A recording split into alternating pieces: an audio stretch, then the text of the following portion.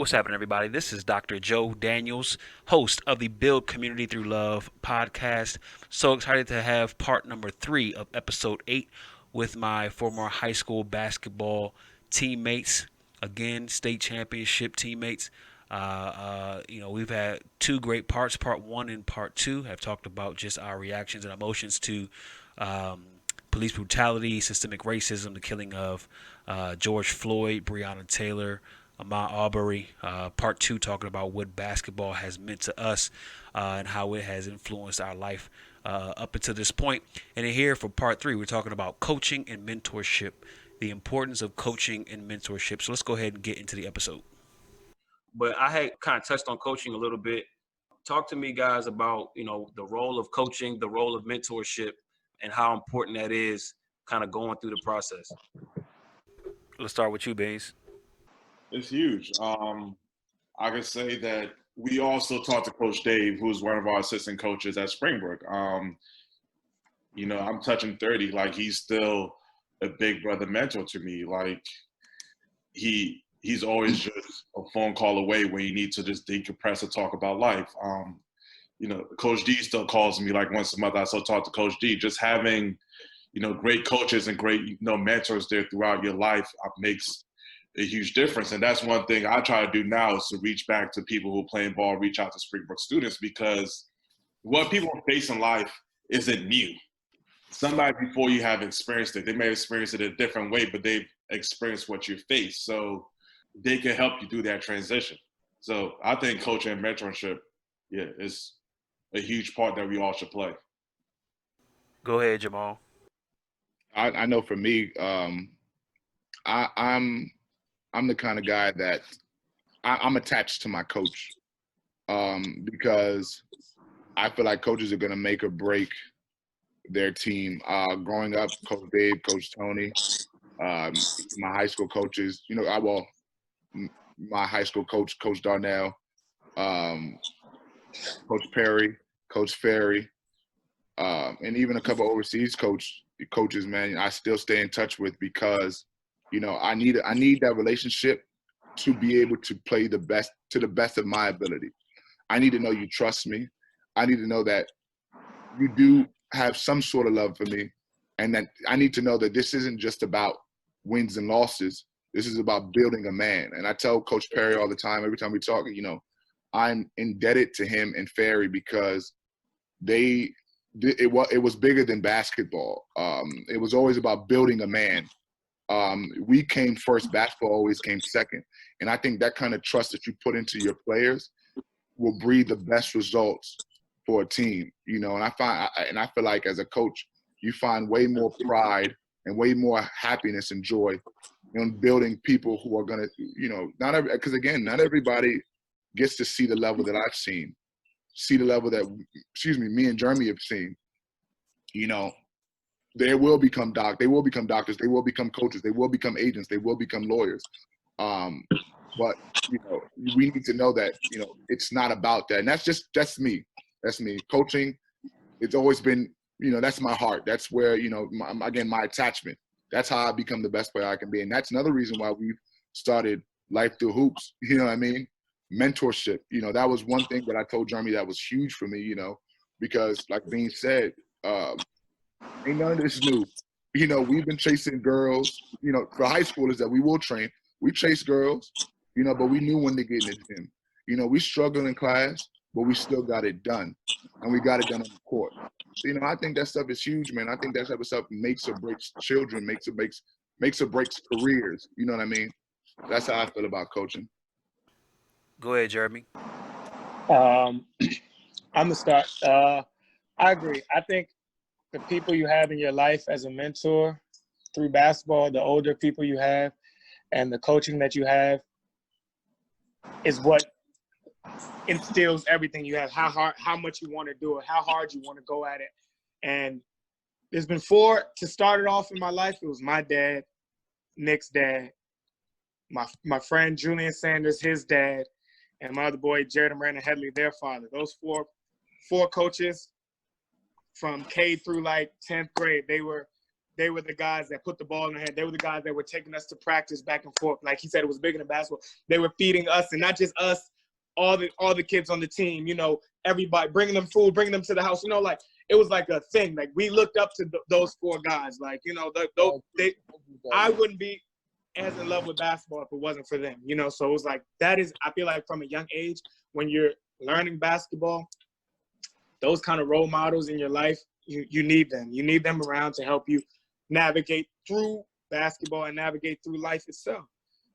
Going back from to piggyback from Jamal, my college coach, and Coach Myers was amazing too at Springbrook. You know, I don't want to skip past Coach Myers. Coach Myers did a lot for us. You know, Coach Myers helped so many people get into college. He worked hard at the game. My college coach, I to this day, I have a huge amount of respect and love for him, just because after college, he continued to check on me. Like he would hit me up every holiday, every birthday, from time to time, just to check in how you doing or what's going on overseas or whatever. Like we remained in contact. Great guy, you know. And then while I was at New Haven, oh yeah, he pushed us. Like Jamal said, like he'll push you to become that competitor, to become that. And one thing that stood out about him that you noticed is that he worked just as hard as he wanted you to. Like he wanted you to work hard on the court.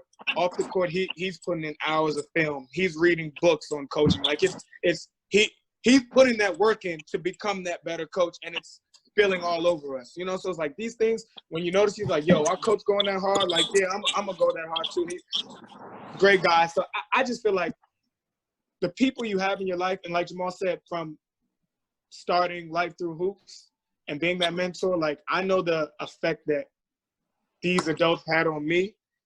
I just feel like I can be that for the next generation coming. Also, it's easy to speak with someone that you know is just like you. You know, like these kids, like we came through these high schools that that you're going through. You know what I'm saying? We're black. We dealt with things that you're gonna deal with.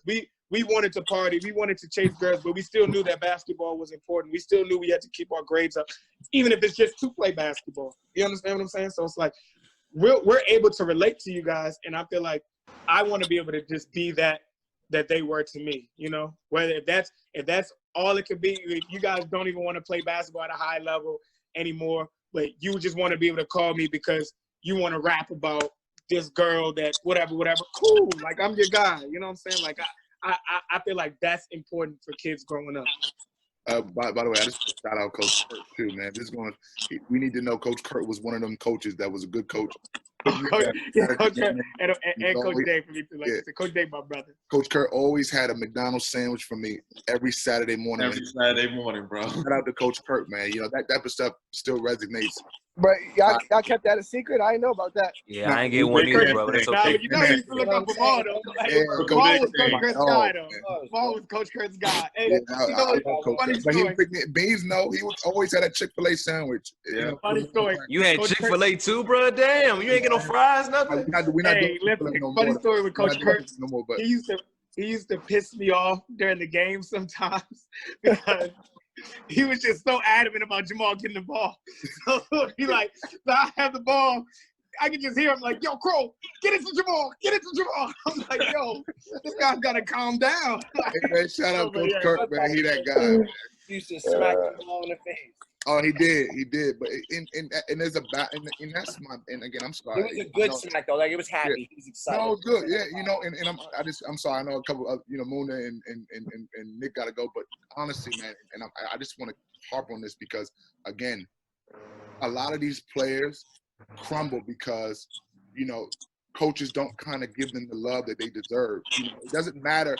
Like again, a lot of relationships and a lot of careers will be different if I knew you cared about me. Right. And that's me. And again, I was one of the lucky ones. But I'm gonna tell you straight up, I'm one of those guys. I need that attachment to my coach because if I don't, I can't be the best player I can be. I can't be the best man I can be for you. And it's extremely important that you know the other side of the game. X's and O's is one thing, but relationships is a huge part of coaching. Huge. And that's just what I wanted to say, man. That's just my take on it. That's it. Go ahead, Munda. Yeah. So for me, coaching is extremely important because it coaching is like just a smaller responsibility, or a little, not even all the way less, but sometimes less influential than a parent, because it's just like you can really build someone up or you can really tear someone down, and that can last for many, many years. Like, you gave someone encouragement, you told them that you cared, you know what I'm saying? You showed them that you cared, like, they can go on to do good things. Like, you give a player the confidence to know that if he misses, you still trusted that shot. He'll make more shots. But if he feels that he's gonna get yanked or you're gonna reprimand him when he misses, then he's not gonna perform well. Like, you know what I'm saying? So I just feel like the role of a coach is something to me, especially. I have one of my college coaches, my sophomore year at Fayetteville State, the assistant coach, Coach Maynard. Like, we're still in touch today. You know what I'm saying? Like, he was a great coach back then, and I was walking on at Fayetteville. So, like, you know, and it's just cool to have like someone who can relate. Like, imagine like if we didn't know each other, and like, so what I would be conditioning myself, like, before the tryouts or whatever at Fayetteville, like, I'll be on the tennis court, running on the tennis court. So, you know, he wouldn't really say much. He would just notice. I'll stop by the coach's office, say, "What's up? How y'all doing?" Go on, and like, when they told me that, I was gonna be on the team, he did it himself. He was like, "I understand." Like, he's like, "I know what you do. I know what you've been doing. Like, I wanted to be the one." It gave me satisfaction to be able to tell you that you're on the team. Like, you know what I'm saying? So even today, like, if I had a recruiting trip that I was gonna go to, you know, for the sports agency, a potential client I'm hoping to land in Kansas City, where he lives now, and he was like, "Yeah, come through. Like, you know, I'm gonna leave a car for you. I won't be home, you know, whatever. You got the keys to the house. You got the keys to the cars." Like, it's that type of relationship, and it's just like, you know, like, it's to me, it's just you can really build someone up, and anytime you're in a position to build someone up, I think that you shouldn't take it lightly. And again, like what Jeremy was saying, like, it's important to be in sports, or there's a lot of value in sports, because sometimes it's not going to be so peachy. And when it's not, like, you know what I'm saying, if you have a coach that's tearing you down, or like, how are you going to respond? Like, these are things that you learn, and you can learn that at an early age. The sooner you learn it, the better. So it's just like, you know, I just feel like if I'm someone who's hiring for a coaching role, like, I would put a lot into making sure that I get it right, because like, you are about to have a lasting effect on a young person, and that's a really big deal to me. Go ahead, Nick. I agree with what everybody has said so far, and that master's degree really instilled that you got to have some evidence behind everything you do. So I'm going to go ahead and just say, like, on the teacher's perspective, evidence-based practice is the way that education is run now within most states. So some evidence-based practice behind what we were saying. Jamal made the best point of the day, no offense to anybody else, but in education, student-teacher relationships get the best results. The better you have the better relationship you have with your students, the more they respect you, the more they buy in to learning. So those students that don't show up to these Zoom calls, they don't really probably respect their teacher like they should. They don't have the relationship. You built that relationship when you were in person with that. When you switch to Zoom calls and technology, they're more inclined to listen to you because they respect you and they have that relationship with you and they know you care about them. So now let's go to sports. Same thing. Coach-player relationships are the most successful relationships. For instance, it's Steph Curry. When he played for a coach that didn't have the confidence in him, he was not Steph Curry. When he played for Mark Jackson, Steve Kerr, his confidence went through the roof, knew he had the green light. Steph Curry's now history, one of the best ever, okay? So me personally as a player, as you guys know, I left Springbrook my senior year midway through. I don't want to have a knock on Coach Crow, but I understand being on both ends of the ball. I've been a coach and a player for many years, both. Being a player, me personally, I didn't feel that love that Jamal or Jeremy did from Coach Crow.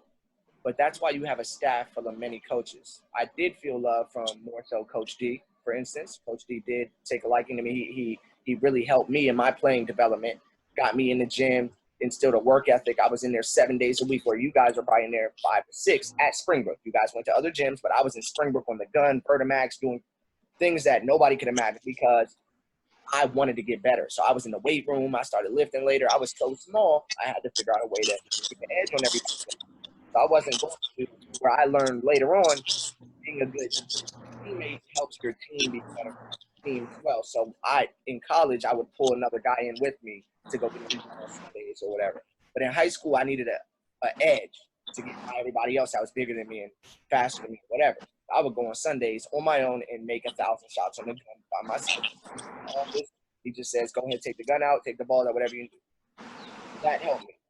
As a coach, I've realized, so I actually ended up transferring to Northwood where I had another coach who, so I've been a player that's been at the end of the bench, got no love. I've been the star player on the team where I went to Northwood. I've been in college where I was like Munda working crazy hard, trying to stop by coach's office, be the man, like go show face, show that I'm working. Coach just was like, why is this kid working so hard? He's not going to play. Why? Like, he didn't understand like you guys said, I've always had a chip on my shoulder. My chip was, I'm going to be the first one at practice every day working. I'm going to be the last one in the gym when everybody leaves. That's my chip because I got to put in more hours than the average man to be decent, average, good, better than average, you know? So when I wasn't playing, I didn't let that bother me because I took it as, man, I'm getting better at something, you know, and I'm going to earn that man's respect. After I was playing for that guy, now he apologized. Oh, man, I wish I'd have given you the opportunity. Such a good player, teammate. He made me a captain my senior year. We did end up winning our conference championship, going to the NCAA tournament. I wasn't a key player, but I was a key captain, role model on the team. I did start like 3 games that whole season, but it's like, man, I didn't get that playing aspect that I feel like I know I could have gotten because I didn't have a coach that believed in me, trusted in me, gave me that confidence, told me, man, you shot 1,000, 10,000 shots. I trust you're going to make it when the lights are on. Why did you shoot that? Why didn't you make that extra pass to a guy that's shooting 80%? Well, I'm not shooting 80% because I don't get to shoot in the game. You feel me? So, like, that's where it was like, all right, as a coach now that I'm on the other side of the ball, I take a liking to that guy at the end of the bench that's grinding after practice because he don't play and he got a chip on his shoulder. That was me. I take a liking to the guy that's a star player and gets mad when he has a bad game and stays after because that was me as well. So I've been a star. I've been an end of the bench guy. I've been every person on the team. We were successful. I've won championships at the end of benches. Springbrook, Salisbury. Not saying that I'm okay with being at the end of the bench, but I do know that everybody has a role, and everybody's role is important. And you got to learn how to make others better. So let's say I work crazy hard in practice. All right, now I'm not playing and I'm going to stop competing in practice. Now our team's going to lose the next game because you weren't going against a good point guard for the other side of the ball. If I didn't go at Munda every day in practice, we wouldn't have been good that year. I didn't go every day in practice. We wouldn't have been. If Joey didn't guard CJ every day in practice like he did, wouldn't have been good that year. But every day, the Bird team went hard. But every day, every morning in practice, we didn't get the McDonald's sandwiches Jamal was getting. I didn't know about that. I didn't know about that either. And we was in study hall. Y'all was skipping study hall. We was in study I hall got for him. 3 days. Y'all got to do whatever. You know what I'm saying? Like, yeah. So I do take a liking to those people that don't normally get that love. I do take a liking to the guys that do get the love, but I know that a head coach's job, a head coach is going to get his starting 5 or top 8 rotation guys more love because it's hard to get 14 guys the same amount of love. It's hard. But as a player, as a person in life, you got to learn how to empathize for that person across from you. You can't judge him because you have a thought process in your head. Oh, maybe he did this because talk it out, man. You don't know that. Because I was on the bench, I could have easily said Crow's a bad guy. He doesn't like me. I'm going to leave and I'm mad. No. That's not what it was. But as a kid, I didn't have nobody to teach me that. I didn't have nobody to tell me it's okay to be at the end of the bench. You still can be successful. I always thought, man, I'm losing. I'm at the end of the bench and I lost that spot. I don't get my minutes. I'm embarrassed, first of all, in front of my peers because I'm a bench guy. Nobody wants to be that. But I'm a winning bench guy. It's the difference between a winning bench guy and a losing bench guy. A winning bench guy is doing something right. A losing bench guy is going through the motions. You know what I'm saying? So in life, and I just feel like real quick, Nick, like you said, it's character, man. It's all about your character. And because no matter what, no matter who you are, I don't care who you are, Michael Jackson, LeBron James, I don't care. You're going to find yourself, quote unquote, at the end of the bench at some point. So if you can't find a way to motivate yourself and understand that that's not your permanent position, you're gonna be in trouble, man. It's gonna happen no matter what. That's really gonna help you through all them tough times, man. Nobody can do it by themselves. Everything that we've been getting back to is having a great support cast. Joey said it best. To get change, you guys work on part A, you guys work on part B, you guys work on part C. We got to come together. When you find yourself in adversity, I lost my dad. Every single one of y'all reached out to me. That helped. Maybe I didn't want to talk at the moment, but just seeing your name come across my phone helps me know that people care about me. You know what I'm saying? And that's like knowing that people care about you. Know that people have been through what you've been through and still succeed. Like, yeah, I have an unorthodox life, bro. Like, my life, I'm mixed. You know what I'm saying? I'm little. I come from 2 different households. I'm having a child out of wedlock. Like, it's gonna be kids that have those same experiences, but need somebody that has walked that path and is still successful, that they can see, like, man, I can succeed right now, but I can learn from it and succeed later. And that's what I get back to evidence-based practice, because you can look at all the case studies on this screen, all 6 of the case studies. We've all failed at some point in life, but we've all succeeded as well, and we're still succeeding. And I want to piggyback off you, Nick. One thing I know about great coaches, great people who are in power positions of power, leaders, whatever, mentors, is even if you speak about coaching, even as a coach, if you know, like you said, you got your 8 rotation, your 9 rotation, these other guys aren't going to play. Like, who's going to play, who's not going to play. You know what I'm saying? Mm-hmm. But it's like your coach Munda, who wanted to be the one to tell you made the team. Like Coach Myers, Nick, who took you out aside because he realized how much, like, coaches notice, like, even if you're not going to play, you still develop a respect for how much effort and energy and hard work they put into knowing that they're going to work hard and not be able to play. And you acknowledge that. That's how those relationships are built. And as a coach, I hold that to a high standard, because it's like, you don't have to be a jerk, man. I know it's about wins and losses, but you don't have to be a jerk. You can still win your games and develop relationships with these players that aren't in your top 8, that, you know what I'm saying, that are at the end of the bench, that, you reward them here and there when you can. You acknowledge, like my coach at Kyle, we had a player just like you, Nick. You know him, Marky P, that's my boy. Yeah. Y'all are the same guy. I know you guys will be the same guy. Like, you guys, y'all have that chip. Y'all come in, y'all bring it each and every day. He was a walk-on, but it was like Coach had so much respect for him because he brought it every single day. Wasn't playing.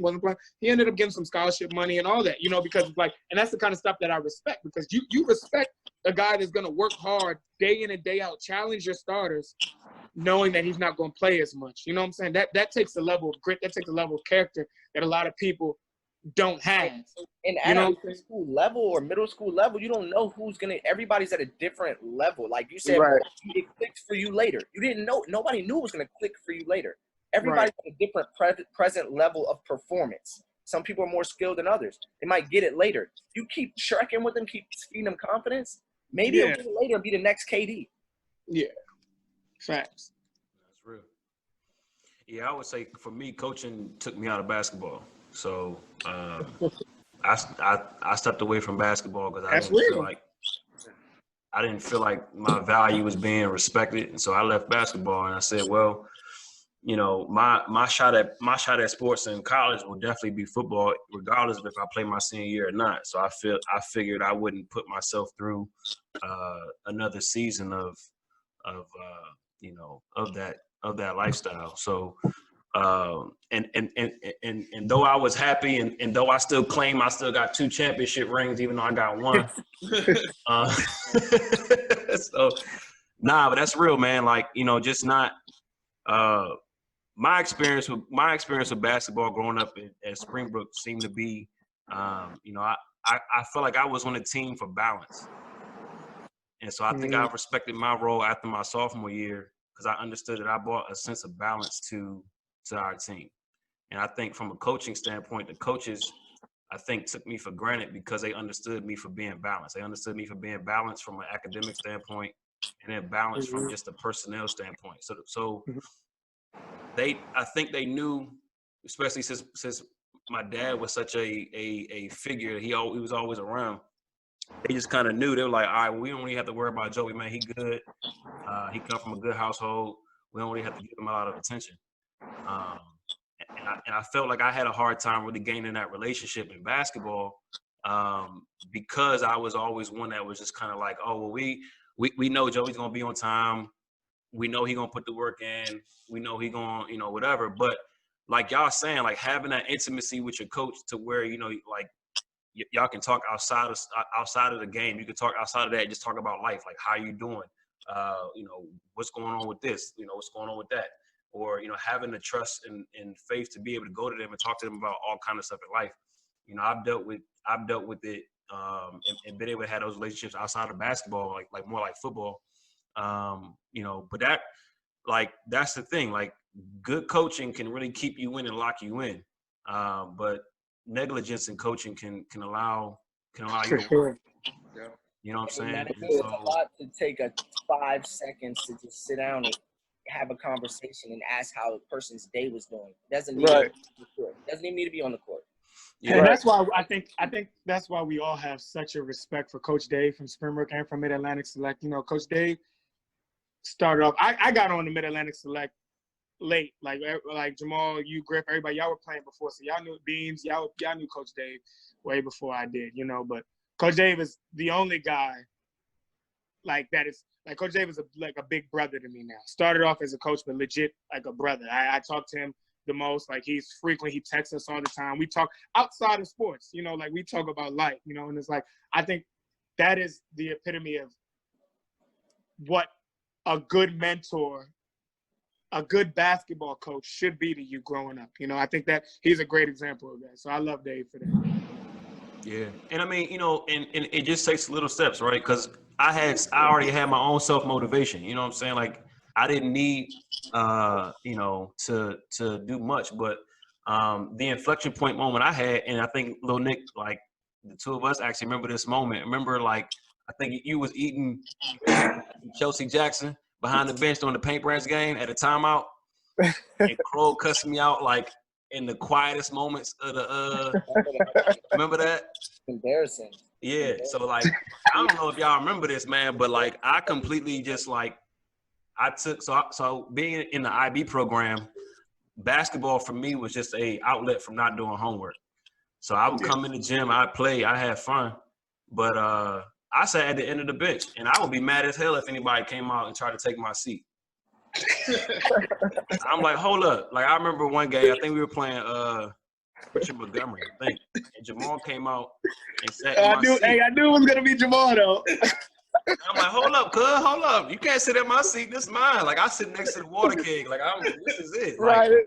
I think I was the most hydrated during that season. But, it was at that moment where, like, I completely checked out. And I was so happy that we was able to win that championship. And I remember vividly being in the locker room, and CJ was going off at that state championship game. Man, what? And like, it was like, oh, y'all, you just gonna quit on us? Like, we got you this far, you gonna quit on us? You ain't gonna have no inspiration? And I remember him just going off like, look, this is what's going on. We gonna win this daggone game. We just gotta figure it out, stick together, man. Right. But like I do value the understanding and the respect for coaching, because it's a big job. It's a really big job, and I think like Munda said, it can take you one way or take you the other way. And so it's very important, man. So trying to find that good coaches is definitely what we need.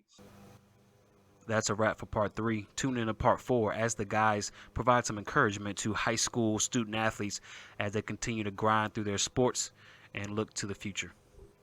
Take it away, Tiff. Thank you for listening to another episode on the Build Community Through Love podcast. Subscribe on all platforms to stay up to date with new episodes. Also, stay connected with us on Facebook, Instagram, and Twitter at Build Community Through Love, and visit our website at buildcommunitythroughlove.com. Let's keep working, y'all. And if someone asks, tell them we're building.